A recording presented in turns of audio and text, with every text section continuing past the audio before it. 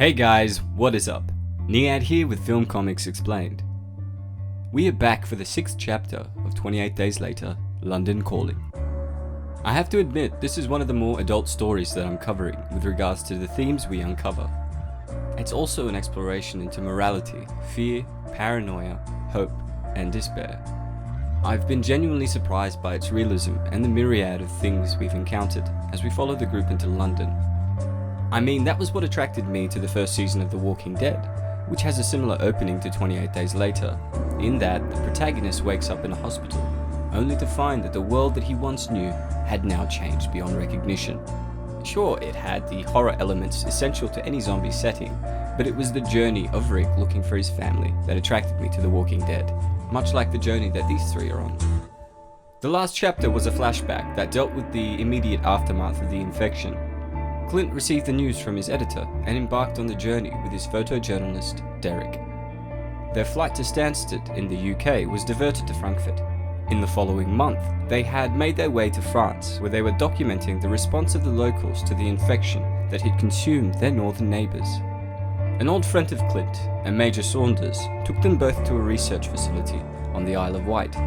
It is here that they both saw a glimpse of the effect that the infection has when they witnessed the military injecting the rage virus into a prisoner. I'm sure, like me, you were wondering what the motivations were for them to even consider heading into London, but I think the last chapter did a good job of showing Clint's point of view. As he put it, this was going to be swept under the rug with no accountability. His fear was that if the cause was not shared with the general public, it will happen again. And I have to agree with him on that.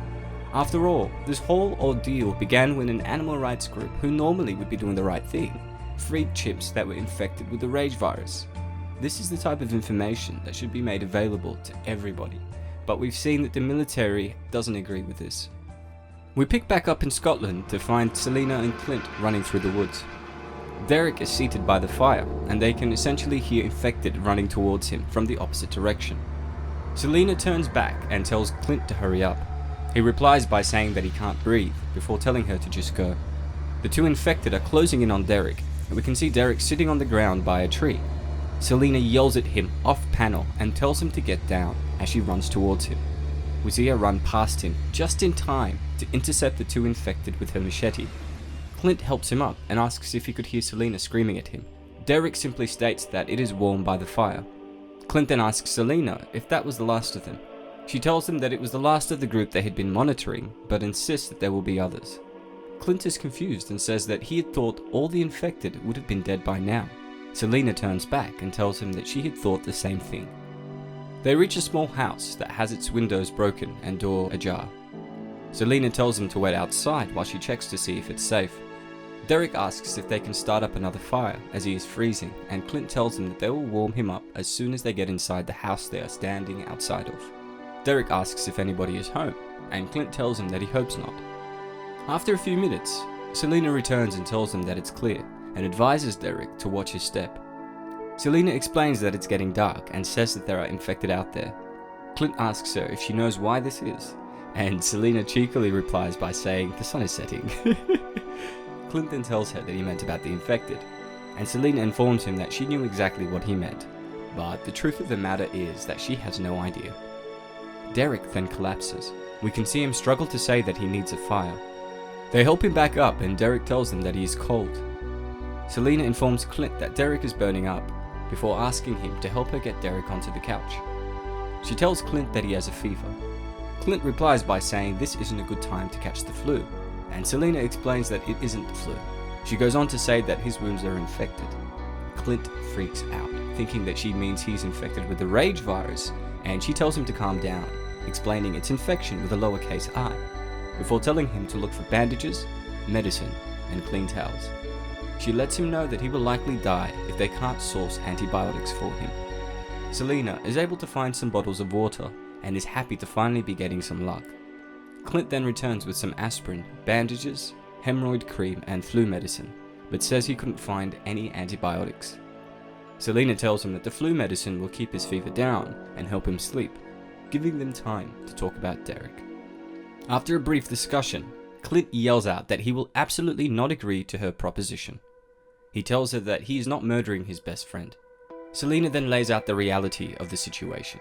She explains that if they don't find antibiotics soon, he will go septic and die, which is a lot slower and more painful than a bullet to the head. Clint gets up and says, "Let's go and find some antibiotics then." Selena tells him not to be stupid, as it isn't safe to go anywhere right now. Derek suddenly calls out that he is a journalist. Clint settles him down and tells him that they are home now, where it is safe. He keeps yelling out that he is a journalist, and when Selena asks him what he is saying, Clint explains that he is dreaming. He is essentially trying to explain to his captors that he is a journalist.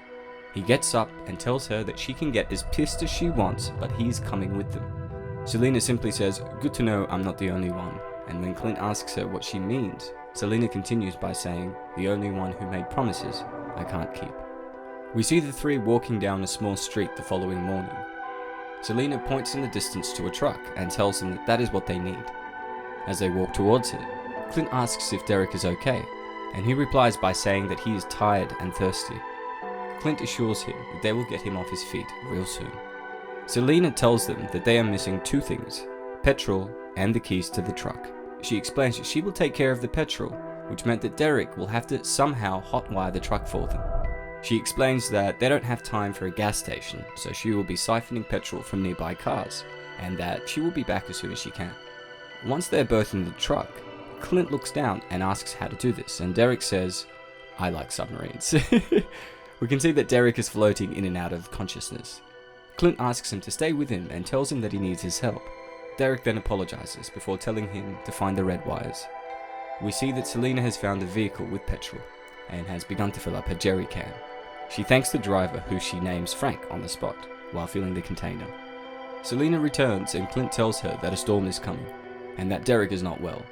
He is essentially too weak to stand and too miserable to sleep soundly. She asks if he at least showed him how to get it started, and Clint tells her that he did, more or less.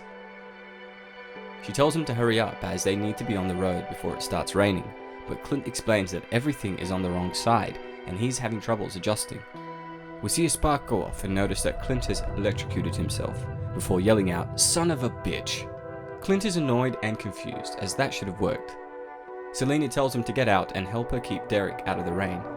They put a tarp over the back and tie each side off before crawling in. Clint asks if they should head back to the house, and Selena explains that it is half a day's walk back, asking if he wanted to carry him all the way. Clint agrees she has a point, and we see them getting ready to sleep through the rain. Selena begins to drift off, and we can hear a voice off panel asking her to trust him and that he isn't going to electrocute himself. We then return to before the infection to find Selena and her partner. It looks like they are in the process of building a house, and he has taken it upon himself to do the electricity, which in my opinion is generally not a good idea if you're not an electrician. Selena jokes and tells him that if he dies, she will take his life insurance money and marry a wanker they know called Francis Danby. He replies by telling her that she can do better before they playfully wrestle each other. He had essentially told her to be quiet, and we see her telling him that she stays quiet for nobody. We then abruptly return to the present time to find that Selena has been woken up with a hand across her mouth. Clint signals for silence and opens a portion of the tarp. Selena takes a look and then grabs her machete in preparation. We get an exterior view to see what Selena can see through the gap, and this is just incredible. There is literally a horde of infected walking past the truck. Now, they haven't noticed them yet, but it's pretty clear that if one of them sees or hears them, these guys are screwed. Derek then begins to groan as he wakes up. Selena and Clint both put their hands on his mouth, which causes him to groan more. He can't see them, so I can understand that his immediate response would be to try and talk. One of the infected has heard this and turns his head before assaulting the truck. We can see more red eyes turn back. We then see them descending on the interior of the vehicle, ripping into it in search of fresh blood. After several minutes of anarchy, the Horde then heads somewhere else. Clint, Derek, and Selena collectively breathe a sigh of relief. They get out the next morning to see that the windows were broken and the seats had been torn, but everything else was still intact.